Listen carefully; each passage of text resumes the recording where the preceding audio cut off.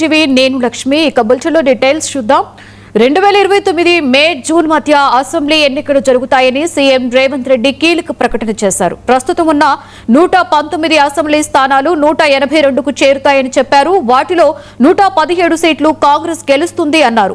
భద్రాద్రి రాముడిపై ఆన ఇది ఖమ్మం ప్రజల మాట అని వ్యాఖ్యానించారు. కేసీఆర్ కాచుకో, నువ్వు నీ కొడుకు నీ అల్లుడు నీ బిడ్డ ఎవరు వస్తారో రండి అని ఖమ్మం ఆశీర్వాద సభలో సవాల్ విసిరారు. రాష్ట్రంలో కల్వకుంట్ల కుటుంబం కౌరవ వంశంగా మారిందని దుయ్యపట్టారు సీఎం.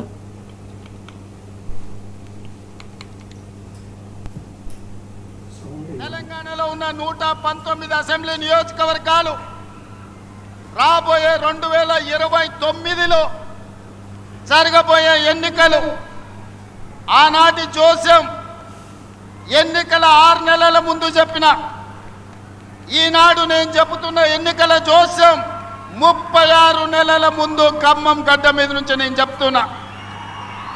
రాబోయే ఎన్నికలు 2029 డిసెంబర్లో జరగవు, 2028 డిసెంబర్లో జరగవు, 2029 మే జూన్ మాసంలో మన శాసనసభ ఎన్నికలు జరుగుతాయి.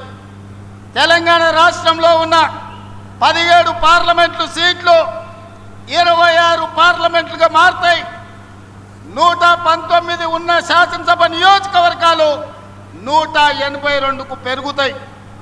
ఈరోజు చెప్తున్నా 182 శాసనసభ నియోజకవర్గాలలో 117 సీట్ల పైన గెలిచి 117 మీడియా మిత్రులారా రాసుకోండి.